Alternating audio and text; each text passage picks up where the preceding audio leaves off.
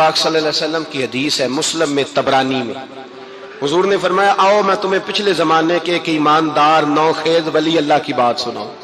پچھلے زمانے حضور نے فرمایا پچھلے زمانے میں ایک بادشاہ جادو کے زور پہ حکومت کرتا تھا۔ جب وہ ایک جادوگر اس نے رکھا ہوا تھا تو جادوگر اس کو جادو بتاتا، وہ جادو کے زور پر حکومت کرتا۔ جادوگر بوڑھا ہو گیا تو کہنے لگا بادشاہ کوئی نوجوان میرے پاس بھیج دے، اب میں بوڑھا ہو گیا ہوں، میرا پتہ کوئی نہیں کب مر جاؤں۔ ایک نوجوان کی ڈیوٹی لگائی، بڑا زیرک سمجھدار اپنے رعایا میں سے چن کے جو ذہین فطرت مزاج بچہ تھا وہ اس نے لگایا۔ اللہ کے محبوب علیہ الصلوۃ والسلام فرماتے ہیں بچہ جادو سیکھنے لگا، وقت گزرنے لگا۔ بچہ جب جادو سیکھنے جاتا تو رستے میں ایک راہب بھی تھا جو انجیل جانتا تھا، وہ اللہ اللہ سکھاتا، لوگوں کو حضرت عیسیٰ علیہ السلام کی تعلیمات سے آگاہ کرتا۔ اس نے دیکھا کہ یہاں بھی لوگ اکٹھے ہیں تو وہ بچہ اس راہب کے پاس بھی اٹھنے بیٹھنے لگا۔ اب جب اس کے ساتھ اس کی گفتگو بڑھنے لگی تو اس کو باتوں میں لذت آنے لگی۔ اس نے راہب نے پوچھا کہ تو کون ہے اور کس طرح سے آیا ہے، کیا تیرا معاملہ ہے؟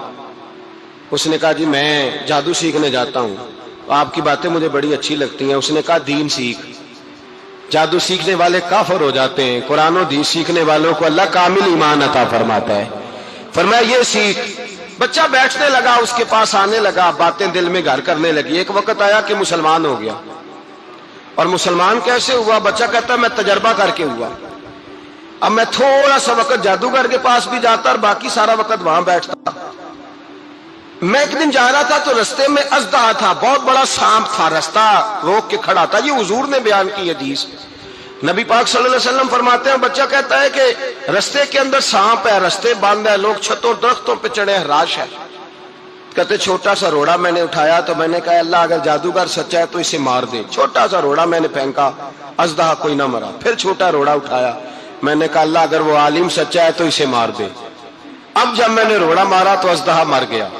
میرے اندر سے گواہی آئی نہیں دین کی باتیں سچی ہیں، نہیں قرآن کی باتیں اسلام سمجھانے کے لیے عرض کر رہا ہوں، اگرچہ اس دور میں انجیل تھی، اللہ رسول کی باتیں اچھی ہیں۔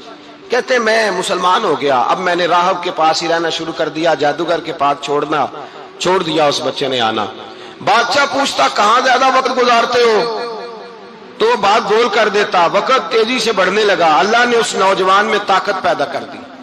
اب وہ اس کے اندر نا اللہ نے توانائی روحانیت پیدا کر دی، ابھی جوان ہے، 14-15 سال عمر ہے۔ اللہ نے اب جو بیمار بھی آتا وہ دعا کرتا تو اللہ صحت عطا کر دیتا، جو بھی آتا۔ بادشاہ کا ایک درباری تھا، بادشاہ کو پنکھا جلتا تھا، وہ اندھا ہو گیا، کوئی ایسی تکلیف آئی کہ نابینا ہو گیا، بڑے علاج کرائے شفا نہیں ہوئی۔ کسی نے اس بچے کا پتہ بتایا کانوں میں، اس کے پاس گیا تو بچہ کہنے لگا شفا تو ہو جائے گی پر کلمہ پڑھنا پڑے گا، مسلمان ہونا پڑے گا، جس پیغمبر کا میں غلام ہوں تجھے بھی بننا پڑے گا، دین پہ عمل کرنا پڑے گا، اللہ شفا دیتا ہے۔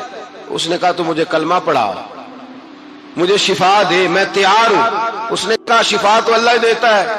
اس نے اللہ تبارک و تعالیٰ کا ذکر کر کے دعا مانگی، یہ مسلم شریف میں حدیث ہے، طبرانی میں موجود ہے۔ اللہ نے اسے شفا دی، اس نے کلمہ پڑھنا شروع کر دیا۔ یہاں ایک نقطہ لکھا ہے ہمارے علماء نے، کہتے ہیں جب اللہ ولایت عطا کرتا ہے نا تو یہ سفید بالوں والے کا حصہ نہیں ہوتی۔ اگر جوانی میں کوئی آدمی توبہ کر کے تصوف کے رستے پہ چلتا ہے تو سب سے زیادہ ولایت اللہ اسے عطا فرماتا ہے، سب سے زیادہ ولایت اس کے پاس ہوتی ہے۔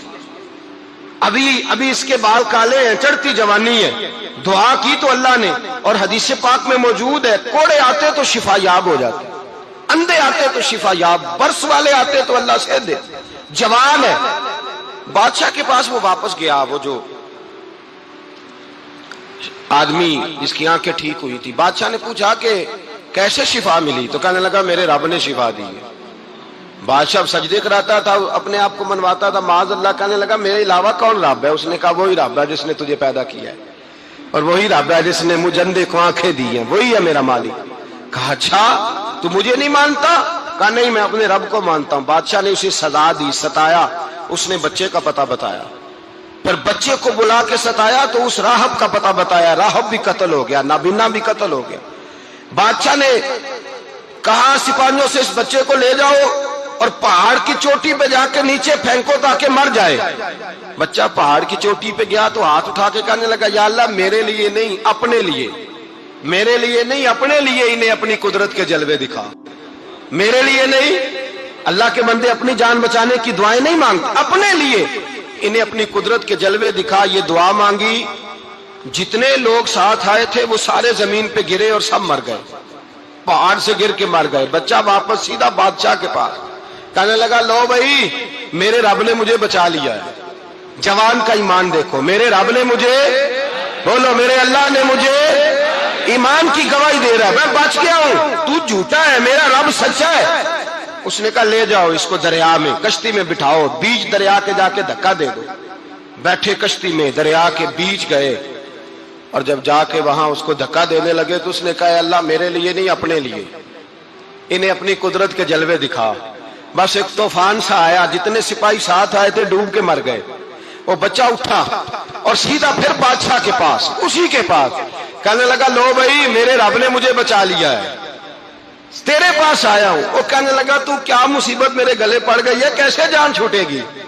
تو بچہ کہنے لگا اگر تو مجھے باندھے درخت کے ساتھ اور سارے ملک کو بلائے، لوگوں کو اکٹھا کرے، پھر تو مجھے تیر مارنا، میں تجھے بتاؤں گا کیسے مارنا ہے، میں مر جاؤں گا۔ اللہ کا بندہ نوجوان ایمان دیکھو، مرنے کے طریقے بتا رہا ہے، میں تجھے بتاؤں گا میں کیسے مروں گا۔ یہ بات کہی، بادشاہ نے سارا مجمع جمع کیا، ملک سارا باہر آ گیا، درخت کے ساتھ باندھ دیا۔ کہنے لگا بھائی لوگوں یہ مجھے مارنا چاہتا تھا، مار نہیں سکا، اب میں اسے بتانے لگا ہوں کہ میں کیسے مروں گا۔ اسے کہو جب تیر مارے تو ساتھ میرے رب کا نام بھی لے، میں اپنے رب کے نام پہ جان دوں گا، ایمان کی پختگی میں اللہ کے نام پر جان دوں گا۔ اسے کہو رب کے نام پہ مارے، مر جاؤں گا۔ بادشاہ نے اللہ کہہ کے تیر مارا، پیشانی میں لگا، بچے کی روح پرواز کر گئی، جتنا مجمع کھڑا تھا سارا کلمہ پڑھ کے مسلمان ہو گئے، سارے مسلمان ہو گئے سارے۔ میرے رسول پاک سید عالم صلی اللہ علیہ وسلم نے نوجوانوں کو بتایا جب تمہارے اندر ایمان کی قوت آئے گی تو اللہ تمہاری مدد کرے۔ فرمایا وہ نوخیز ولی تھا، ابھی جوان رانا تھا، ابھی اس کی پیشانی پر جوانی کے آثار تھے، لیکن اس نے اللہ کو راضی کیا، رب کریم کو راضی۔ ولایت کا مطلب بڑھاپا نہیں، ولایت کا مطلب وہ نہیں کہ جب بڑا لمبا وقت گزر جائے تو پھر آدمی آئے کہ نہیں اب کیا کرنا ہے، اب مسجد ہی ہے، اب تو اس کے علاوہ گزارا ہی کوئی نہیں۔ تو اس وقت کا آنا اللہ کی بارگاہ میں قبول تو ہے، لیکن شاباشی اسی کو ملتی ہے جو جوانی کا وقت آئے، جو عین اس وقت آئے جو وقت میرے رسول پاک علیہ السلام کے غلام عبداللہ ابن عمر، حضرت عبداللہ ابن عمر رضی اللہ تعالیٰ عنہ فرماتے ہیں کہ میں نکلا، مجھے سفر کے لیے جانا تھا، تو تھوڑی سی کھجوریں، تھوڑا سا سرکہ، ایک شہد کی بوتل، چیزیں میں نے سفر کے لیے ساتھ رکھ لی۔ میں جب مدینے سے باہر صحرا میں نکلا نا تو رمضان نہیں تھا، غیر رمضان تھا۔ میں نے ایک نوجوان کو دیکھا بکریاں چرا رہا ہے، بکریاں چرا رہا ہے، اے جوان۔ آپ فرماتے ہیں اس کا چہرہ بڑا نورانیت والا، گرد پڑی ہوئی پر بڑا حسین۔ فرماتے ہیں میں نے اس کو کہا کہ آ جاؤ کھانا کھا لو، روزے بھی نہیں تھے۔ کہنے لگا نہیں میں نے روزہ رکھا ہوا ہے۔ فرماتے ہیں میں نے کہا پتہ کروں کہ نیرا نیک ہی ہے کہ پرہیزگار بھی ہے؟ نیک وہ ہوتا ہے جو نماز پڑھے روزہ رکھے، پرہیزگار وہ ہوتا ہے جو گناہ سے بچے، وہ پرہیزگار ہوتا ہے۔ کہا پتہ کروں پرہیزگار بھی ہے کہ نہیں؟ کہتے میں قریب گیا تو میں نے جا کے اس کو کہا بھائی تیری بکریاں بڑی پیاری ہیں، میرا دل کرتا ہے ایک بکری مجھے دے دو۔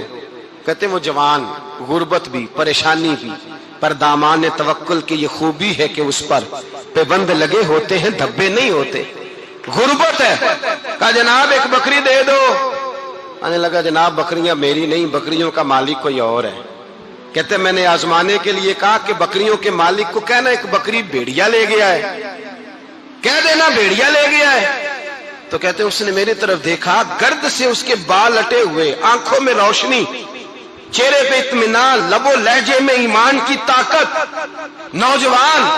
کہنے لگا حضور بکریوں کے مالک کو تو کہہ دوں گا بھیڑیا لے گیا ہے، جب عرش کا مالک پوچھے گا تو کیا جواب دوں گا، اللہ کو کیا جواب دوں گا؟ کہتے ہیں میں کانپنے لگا، اس کی بات سن کے واپس آیا، جو کام نکلا تھا وہ چھوڑا، واپس لوٹ آیا۔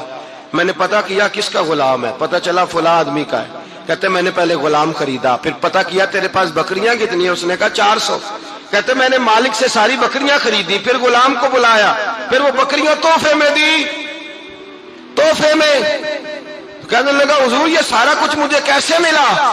میں نے کہا تیرا ایمان بڑا پختہ تھا تو میرے رب نے تجھے انعام عطا فرمایا ہے۔